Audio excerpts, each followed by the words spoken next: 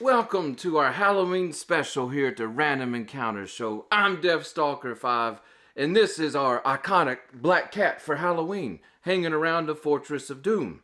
This is a ferocious beast that you don't want to mess with. Say hello to the audience. There she goes. Alright, back to your lair. Back to your lair! Guys, it's my favorite time of the year. I love Halloween. The night when the souls and the spirits of the dead come to devour the living. Fun times. I have to keep the legendary battle axe by here in the game room. Why? Because already the unholy masses are seething through the streets. This year's been a great year, and it's early. So far, we've taken down 2 zombies, a skeleton, what do you call those things? A Pokemon, a Pikachu, and we even got visited by a royal princess so far. And it's the oddest thing this year.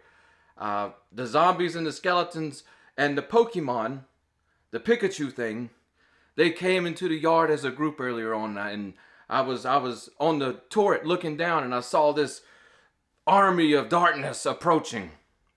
So I grabbed the legendary battle axe, and I charged down the turret stairs and out the front gates of the keep. And the horde began running away from me and screaming. You know, they recognize somebody, they recognize my holy wrath upon the undead. Okay? Every year we go through this. They know. I don't know what foul necromancer lives in this area, but one day we'll find him. But the zombies and the skeletons and all these beings, they began shrieking horribly and running through the yard into the streets. And I was only able to take down the Pikachu. Its fat little short legs couldn't carry it fast enough. And it was the weirdest thing because I got some experience points, but instead of treasure, it dropped this plastic pumpkin full of random candy. What's up with that? I don't know, but what fun. What fun. Now guys, some of you have probably been wondering, where's DeathStalker V been? I haven't done a video since early September. What was it? The Easy Solo RPG Oracle. DeathStalker V came down with a horrible mystery illness. It almost took him out of this world. It would almost be me visiting your home tonight as a spirit of the undead. But luckily I lived through it.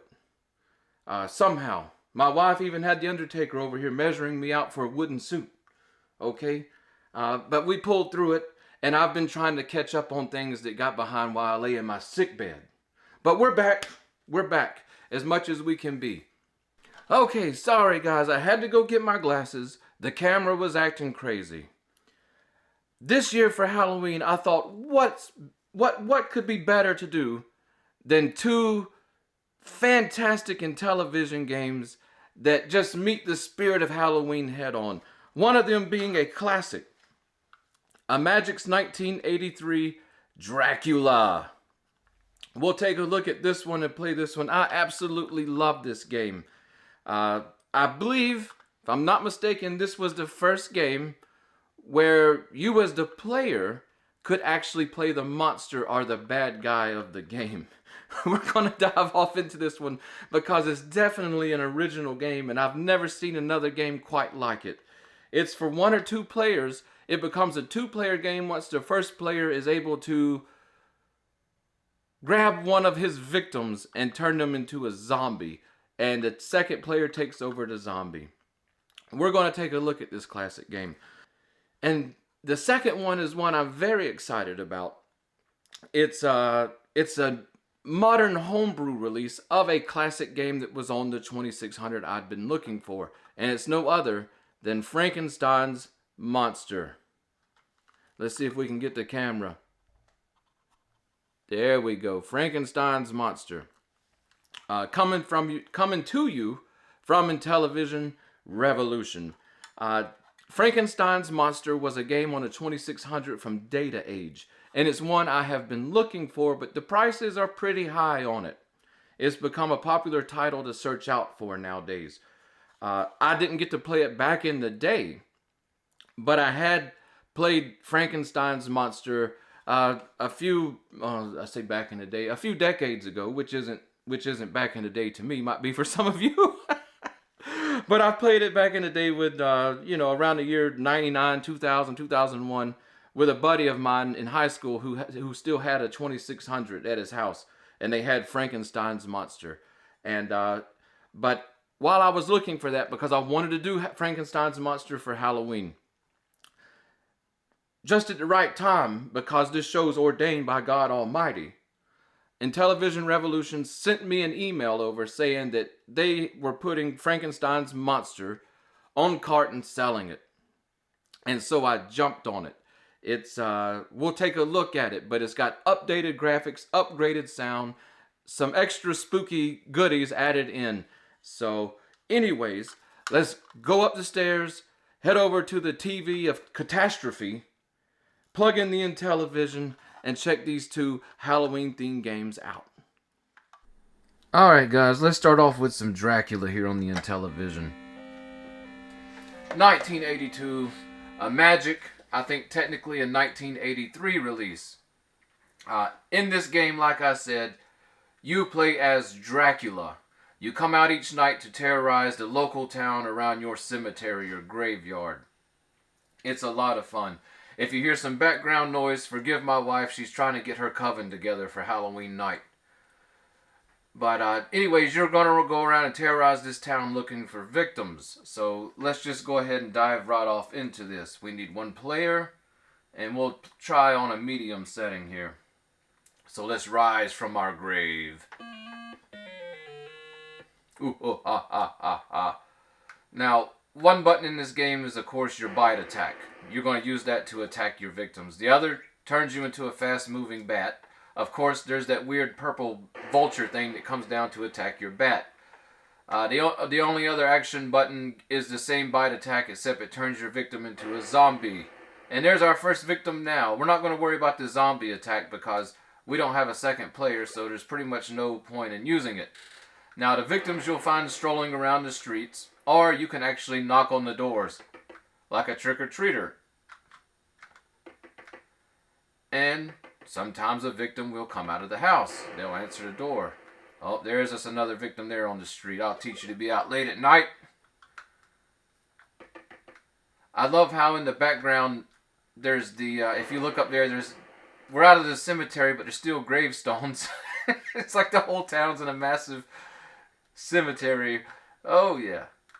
So, if you look up in the window above, you can see little eyes looking. They're faint. But you know if you knock on the door, okay, so the eyes disappeared. If you look in the windows and you see eyes, most of the time it's somebody looking out of the door and you can actually trick them out of their homes. See, the yellow one has those eyes there. Oh, there he goes. So let's get down here and catch him real quick. And at the end of the night, this white wolf appears, which can attack your vampire. All kind of great Halloween fun. Oh, everything's after us. So our goal now is to get back to the cemetery in one piece and rest during the day. We'll come back out tomorrow and feast upon the living. Why not? Now, as the nights go on in this game, the game becomes more and more difficult. As you can see now, we have police officers roaming the streets along with a victim. He was an easy snack. The police officers are equipped with assault wooden stakes, and they will chunk them into you and damage you. You can't eat the police officers or bite the police officers, so the only thing you can do is avoid them. They cannot hurt you while you're in bat form, though, so that's a good thing to remember here. So let's go ahead and get ahead of the police officer a little bit. Oh, there's another one. There's us a victim. And now we just give him the old chomp on the neck. Oh, yeah. And this game is, it's simple. It's very original. And I have just a ton of fun with it. It's definitely a classic in my book. Because I've never played another game like this. Especially on the classic library of our consoles that we cover here. It's definitely one of a kind. And the graphics and the sound and everything. iMagic, to me, they were the #1 publisher for the Intellivision in the original years of the Intellivision's lifespan. Their games just stand out. Now, they published a lot of stuff on different other consoles, and all around, to me, they beat Activision for sure. It's hard to find a Magic game. There's a few that just didn't do so well, especially on the 2600. But I've never played any of their games where I said, this is just a bad game. Or it seemed like it was just a rush game to grab a few. Oh, we got hit by a stake. Let me go. But it's just, some of the games like Activision, they published some of the greatest titles of all time in the classic period. But it was hit or miss. A lot of their games were, mediocre. Some were just plain out boring. But not the case with iMagic, and especially on the Intellivision. The Intellivision's where they showed out. Their library, like I said, even on the ColecoVision, it doesn't compare with the Intellivision library for their games. So this is just a really, really fun, simple, classic game with an original idea. Here comes the wolf. And after this night, since we've pretty much seen a lot of what the game has to offer, we'll go in our casket and we'll switch over to Frankenstein's monster. Oh yeah, we're in. So let's switch over to Frankenstein's monster and we can see this classic game reimagined. Like I said, it was originally a data age game on the 2600. And Intellivision Revolution remade it for the Intellivision. Great graphics, great sound, and all the classic gameplay's there, and it's fantastic. It's got some amazing music. In fact, it has several different styles of music, but we'll just play the original music. The goal of this game is I guess Dr. Frankenstein is building his monster. So it's your job that you're in the castle or whatever, and it's your job to grab bricks, and you're going to wall in Frankenstein's monster so that he can't escape and terrorize the town. It's a platformer game, a lot of jumping and avoiding and dodging, and well-timed jumps. And it's just anything you touch takes points away from you and freezes you temporarily, like that ghost just did. Then it goes to these screens here where we have bats flying down. You got to reach the top to lay the brick. Here's a little shortcut I use in this game. Anytime the holes align with a platform underneath, it's just easier just to drop down. Oh man, what am I doing? You can tell I haven't played this one a whole lot. Uh-oh. Uh-oh, uh-oh. Maybe we can pull it out here. We've done lost several lives. There we go. And off we go to lay another brick. Again, simple games. These classic games are simple, but this one looks fantastic and the gameplay is outstanding. Oh. There we go. And this was just a lot of fun. It was a lot of fun on the 2600. Again, a very unique game with a really creepy sort of Halloween theme to it, but I love it year-round.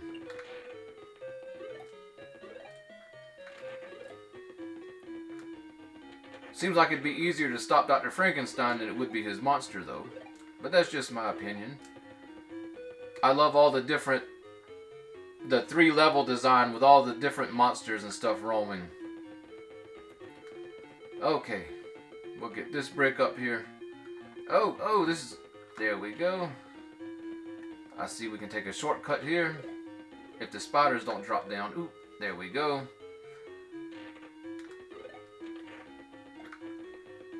And guys, unbelievably, look up the 2600 game.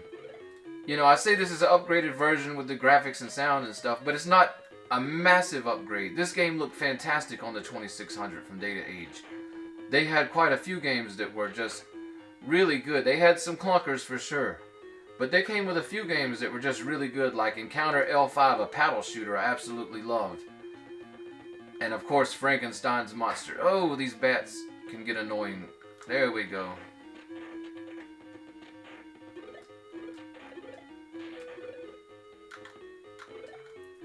Let's get our jumps aligned. There we go. Grab the brick.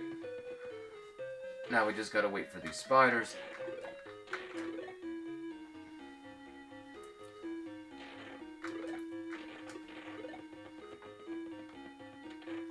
Not a very hard game to master. Oh. Unless you have my skills. Let's see. Casper's gonna go the other way. Alright. Oh! Those are some fast bats. Alright, let's grab us a little shortcut there. Get out of the way of the spiders. One thing that they added on this version of Frankenstein monsters I love is the end screen when you die. You know, it includes a voice sample, and that's pretty neat because, yes, there's the Intellivoice, but the Intellivision was perfectly capable of generating really nice voice samples on its original hardware. So let's see if we can make it. Oh, these bats are going crazy. Is this our last brick? Ooh. If we ever make it. Okay, there we go. We've done our dance. Okay, back to stopping Frankenstein. Let's jump down this and see the end screen. You guys ready? I love this. You ready?